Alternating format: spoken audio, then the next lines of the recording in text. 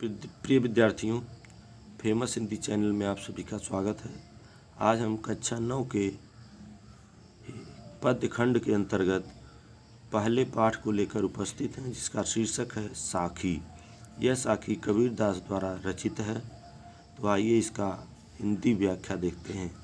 पहला है, सतगुरु हम सुरीज कर एक कहया प्रसंग, बरसिया बादल प्रेम का भीज गया सब अंग। इसमें कठिन शब्द पहले देख लेते हैं। कठिन शब्द है सतगुरु। सतगुरु मतलब अच्छे गुरु। रीझ कर मतलब प्रसन्न होकर। प्रसंग, प्रसंग का मतलब होता है उपदेश। भीज मतलब भीग गया। अब आइए इसके संदर्भ को देखते हैं। लिखेंगे, प्रस्तुत दोहा हमारी पाठ्य पुस्तक हिंदी के काव्य खंड में संकलित कबीरदास द्वारा रचित साखी नामक शीर्षक कविता से उद्धृत है। अब इसका प्रसंग लिखेंगे। प्रस्तुत दोहा। प्रस्तुत दोहे में कबीरदास जी ने अपने गुरु के प्रति पूर्ण समर्पण का भाव प्रकट किया है। अब आइए इसका व्याख्या देखते हैं। लिखेंगे, सतगुरु हम सुरीज कर एक कहया प्रसंग। कबीरदास जी कहते हैं कि सतगुरु ने प्रसन्न होकर हमें ज्ञान का एक उपदेश दिया। इस उपदेश से हमारे हृदय में व्यापक भक्ति का जन्म हुआ। बरसिया बादल प्रेम का भीज गया सब अंग। और भक्ति के इस बादल से प्रेम और स्नेह की वर्षा हुई, जिससे हमारा एक एक अंग भीग गया। अर्थात भाव यह है कि गुरु ईश्वर का ज्ञान कराता है और उसकी भक्ति से अनुपम संतोष की प्राप्ति होती है। पुनः एक बार सुन लीजिए व्याख्या। कबीरदास जी कहते हैं कि सतगुरु ने प्रसन्न होकर हमें ज्ञान का एक उपदेश दिया। इस उपदेश से हमारे हृदय में व्यापक भक्ति का जन्म हुआ और भक्ति रूपी इस बादल से प्रेम और स्नेह की वर्षा हुई, जिससे हमारा एक एक अंग भीग गया। अर्थात गुरु के द्वारा ही ज्ञान, या गुरु ने ही ईश्वर का ज्ञान कराया, उसकी भक्ति से अनुपम संतोष की प्राप्ति हुई। अब आइए इसका काव्य सौंदर्य देखते हैं। भाषा हो जाएगा सदुक्कड़ी भाषा, क्योंकि कबीरदास जी सदुक्कड़ी भाषा पर प्रयोग किए थे। रस शांत, शैली मुक्तक, छंद दोहा, अलंकार रूपक। अब आइए दूसरे पद की ओर चलते हैं, दूसरे दोहे की ओर। दूसरा दोहा है, राम नाम के पट तरे देबे कौ कछु नाहि, क्या ले गुरु संतोष ये हौस रही मन माहि। इसके भी कठिन शब्द को देख लेते हैं। कठिन शब्द है पट तरे। पट तरे मतलब होता है समान। संतोषिए, संतोषिए मतलब संतोष मिल सके। हौस, हौस मतलब अभिलाषा। संदर्भ आप पूर्ववत लिखेंगे। प्रसंग देखिए, प्रस्तुत साखी में कबीर ने गुरु की महानता और राम नाम की महत्ता का वर्णन किया है। प्रस्तुत दोहे में कबीर ने गुरु की महानता और राम के नाम की महत्ता का वर्णन किया है। अब आइए इसके व्याख्या को देखते हैं। राम नाम के पटतरे देबे कौ कछु नाहि। कबीरदास जी कहते हैं कि मेरे गुरु ने राम के नाम का जो उपदेश दिया, उसकी समानता और तुलना नहीं की जा सकती। मेरे गुरु ने जो राम के नाम का उपदेश दिया, उसकी समानता और तुलना नहीं की जा सकती। राम का नाम देकर गुरु ने मेरे ऊपर जो उपकार किया, उसके बदले में देने के लिए मेरे पास कुछ नहीं है। और मेरे मन में यह निरंतर अभिलाषा बनी हुई है कि मैं अपने गुरु को क्या दूं, जिससे मेरे मन को संतोष प्राप्त हो जाए। आइए इसका कठिन काव्य सौंदर्य देखते हैं। काव्य सौंदर्य भी वही हो जाएगा। भाषा सदुक्कड़ी, शैली मुक्तक, रस शांत, छंद दोहा, अलंकार अनुप्रास। अब आइए तीसरे दोहे पर चलते हैं। ज्ञान प्रकाश्या गुर मिलिया, सो जिन बीसर जाय, जब गोविंद कृपा करी तब गुर मिलिया आय। कठिन शब्द इसके देखेंगे जिनी। जिनी मतलब नहीं, जिनी मतलब नहीं। बीसर जाए, बीसर का मतलब होता है विस्मृत, विस्मृत। मिलिया, मिलिया मतलब होता है मिले। अब आइए इसके संदर्भ पूर्वत हो जाएगा, प्रसंग को देखते हैं। प्रसंग में हो जाएगा कबीरदास जी कहते हैं कि गुरु के मिलने से ज्ञान की प्राप्ति होती है और गुरु की प्राप्ति तभी होती है जब ईश्वर की कृपा होती है। संदर्भ पूर्वत प्रसंग लिखेंगे। कबीरदास जी कहते हैं कि सच्चे गुरु के मिलने से ज्ञान प्राप्त हो जाता है और गुरु तभी मिलता है जब ईश्वर की कृपा होती है। अब देखिए इसकी व्याख्या। ज्ञान प्रकाशया गुर मिलिया सो जिन बीसर जाए। कबीरदास जी कहते हैं कि सच्चे गुरु के मिलने से ज्ञान का प्रकाश फैल गया। मेरी यह अभिलाषा है कि जिस गुरु ने मुझे ज्ञान दिया है वह गुरु मेरे हृदय से कभी विस्मृत न हो, कभी भूले न। आगे कहते हैं कबीरदास जी कि मुझे सच्चा गुरु तभी प्राप्त हुआ, मुझे सच्चा गुरु तभी प्राप्त हुआ जब गोविंद कृपा, यानी जब ईश्वर की मेरे ऊपर कृपा हुई। फिर से सुन लीजिए इसका व्याख्या। कबीरदास जी कहते हैं कि सच्चे गुरु के मिलने पर ही ज्ञान का प्रकाश फैल गया। मेरी अभिलाषा यह है कि जिस गुरु ने मुझे ज्ञान दिया वह मेरे हृदय से कभी भूले न, कभी विस्मृत न हो। आगे कबीर कहते हैं कि मुझे सच्चा गुरु तभी प्राप्त हुआ जब मेरे ऊपर गोविंद ने कृपा की, ईश्वर ने कृपा की। अब आइए काव्य सौंदर्य, भाषा सदुक्कड़ी, शैली मुक्तक, रस शांत, छंद दोहा, अलंकार अनुप्रास। अब चलते हैं अगले दीप पद की ओर। माया दीपक नर पतंग भ्रम भ्रम इवय पड़ंत, कहे कबीर गुरु ज्ञान थे एक आध उपरंत। कठिन शब्द इसके देखेंगे। पतंग मतलब पतंगा, कीट पतंगा। भ्रम भ्रम मतलब भ्रमित होकर, इवय मतलब इसमें, पड़ंत मतलब पड़ता है। तय,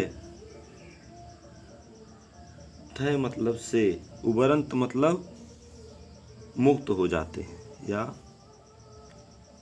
उबर जाते हैं। आइए संदर्भ आप पूर्वत लिख सकते हैं, पहले वाला दोहा में जैसे है वैसे ही लिख सकते हैं। प्रसंग इसका लिखेंगे कि कबीरदास जी ने गुरु की महिमा का वर्णन किया है। इस दोहे में कबीरदास जी ने गुरु की महिमा का वर्णन किया है। अब आइए देखते हैं इसके व्याख्या को। माया दीपक नर पतंग भ्रम भ्रम इवय पड़ंत। कबीरदास जी कहते हैं कि माया रूपी दीपक के सामने मनुष्य पतंगे की भांति है, पतंगे के समान है। जिस प्रकार पतंगा दीपक के चारों ओर चक्कर काटता काटता दौड़ता दौड़ता भ्रमित होकर उसी में गिरकर नष्ट हो जाता है, उसी प्रकार मनुष्य भी माया के चारों ओर चक्कर काटता रहता है और अंत में नष्ट हो जाता है। कबीरदास जी कहते हैं कि गुरु से ज्ञान प्राप्त करके ही मनुष्य इस माया के बंधन से बच सकता है, किंतु एक आधुग्रंथ कोई बिरला व्यक्ति ही इस ज्ञान को प्राप्त करके माया रूपी दीपक की आग में जलने से बच पाता है। फिर से एक बार देख लीजिए व्याख्या। कबीरदास जी कहते हैं कि मनुष्य माया रूपी दीपक के सामने पतंगे की समान है। कबीरदास जी कहते हैं कि माया रूपी दीपक के सामने मनुष्य पतंगे के समान है। जिस प्रकार पतंगा दीपक को देखकर उसकी चारों ओर दौड़ता है और भ्रमित होकर गिरकर नष्ट हो जाता है, उसी प्रकार मनुष्य भी माया के चारों ओर चक्कर काटता रहता है और अंत में नष्ट हो जाता है। कबीरदास जी कहते हैं कि कोई बिरला व्यक्ति ही इस गुरु से ज्ञान प्राप्त करके इस माया के चक्कर में पड़ने से बच पाता है, यानी माया रूपी दीपक की आग में जलने से बच पाता है। ये बहुत इम्पॉर्टेंट है, इसका एक बार पुनः देख लीजिए, ये बहुत बार परीक्षाओं में पूछा जाता है। व्याख्या लिखेंगे कि कबीरदास जी कहते हैं कि माया रूपी दीपक के सामने मनुष्य पतंगे के समान है। जिस प्रकार पतंगा दीपक को देखकर उसकी तरफ दौड़ता है और भ्रमित होकर उसी पर गिरकर नष्ट हो जाता है या जल जाता है, उसी प्रकार मनुष्य भी माया के चारों ओर चक्कर काटता रहता है और अंत में नष्ट हो जाता है।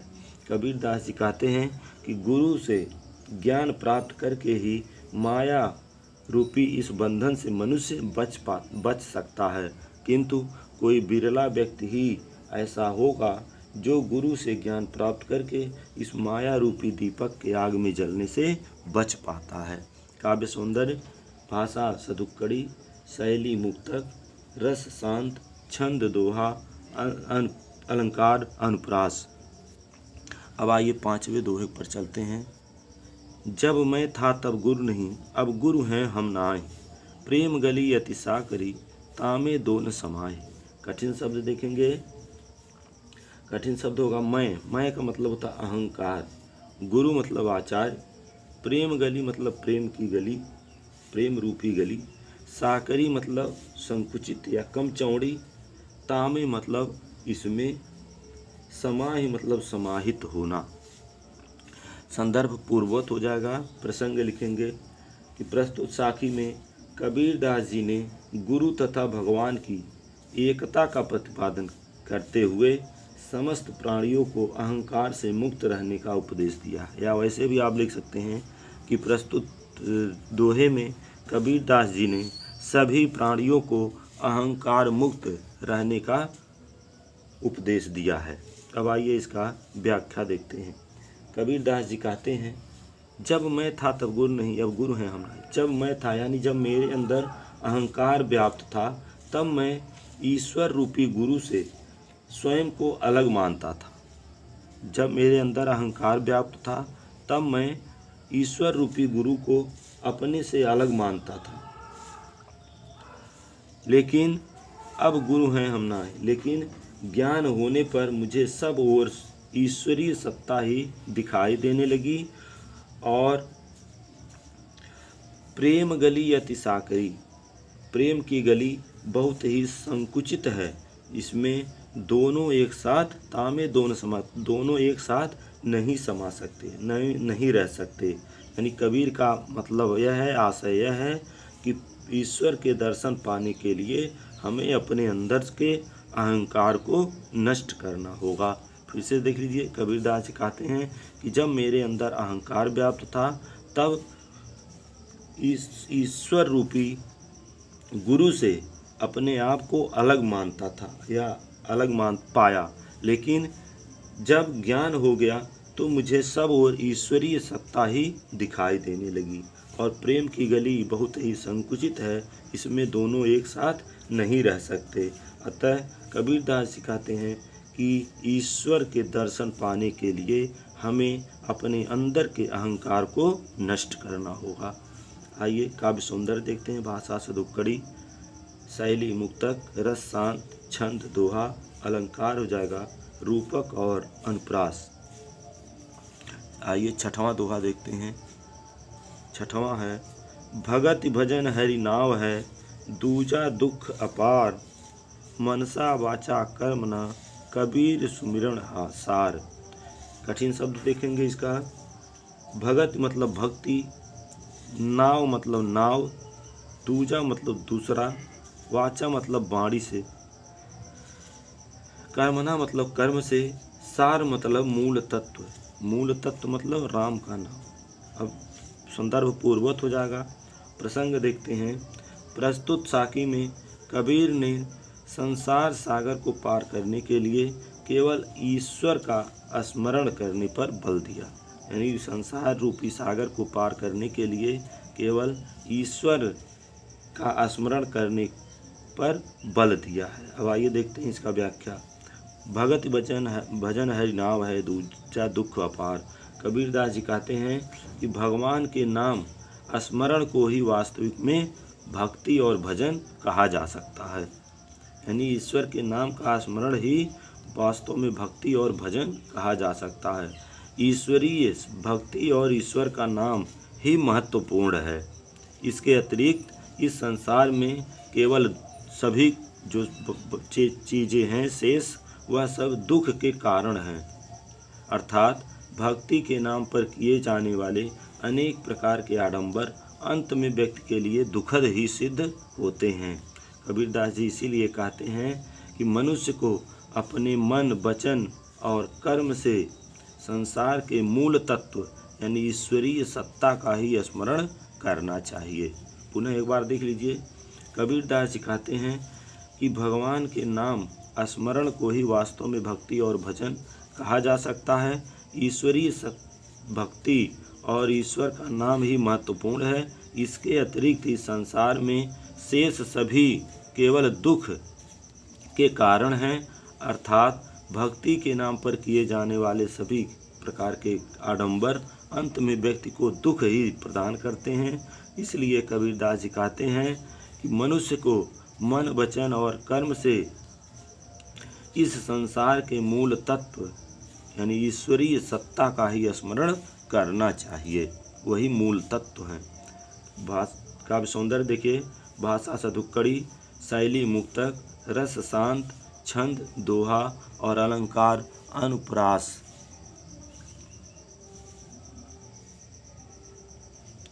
एक और देख लीजिए,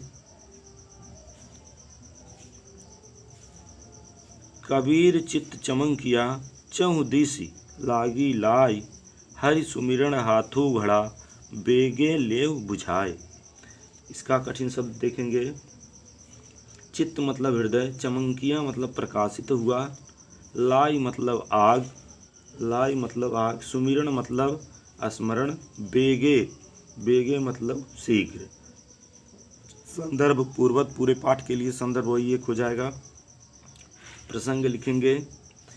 प्रस्तुत साखी में कबीरदास जी कहते हैं कि संसार के दुखों से छुटकारा पाने के लिए ईश्वर का स्मरण ही एकमात्र उपाय है।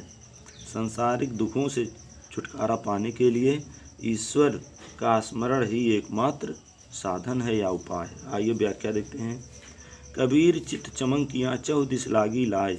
कबीरदास जी कहते हैं इस संसार में सब जगह विषय वासनाओं की आग लगी हुई है।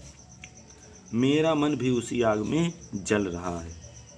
मेरा मन भी उसी आग में जल रहा, अर्थात मेरे मन में भी विषय वासनाएं उमड़ रही हैं। फिर प्राणी को संबोधित करते हुए कहते हैं, हे प्राणी, तेरे हाथ ईश्वर स्मरण रूपी जल का घड़ा है। हे प्राणी, तुम्हारे हाथ में ईश्वर स्मरण रूपी जल का घड़ा है। तू इस जल से शीघ्र ही वासनाओं की आग को बुझा ले। वासनाओं की आग को बुझा ले। तात्पर्य यह है कि ईश्वर का नाम स्मरण करने पर ही विषय वासनाएं शांत हो सकती हैं। पुनः एक बार देख लीजिए। कबीरदास जी कहते हैं कि इस संसार में सब जगह विषय वासनाओं की आग लगी हुई है। मेरा मन भी उसी आग में जल रहा है, अर्थात मेरे मन में भी विषय वासनाएं उमड़ रही हैं। अतः हे जीव, तेरे हाथ में ईश्वर के स्मरण रूपी जल का घड़ा है। तू इस जल से शीघ्र ही अपनी वासनाओं की आग को बुझा ले। तात्पर्य यह है कि ईश्वर का नाम स्मरण करने पर ही यह विषय वासनाएं शांत हो सकती हैं। अब आइए काव्य सौंदर्य देखते हैं। भाषा सधुक्कड़ी, रस शांत, शैली मुक्तक, छंद दोहा, अलंकार अनुप्रास। अब बच्चों शेष भाग अगले वीडियो में पढ़ेंगे। तब तक के लिए आप लोग हमारे इस फेमस चैनल को सब्सक्राइब कर दें और लाइक और शेयर भी करें, क्योंकि अगर सब्सक्राइब कर देंगे, चैनल पर नए हैं, तो बाद में आपको हमारी जो भी वीडियो बनेंगी वो सब आपके पास पहुंचेंगी। धन्यवाद।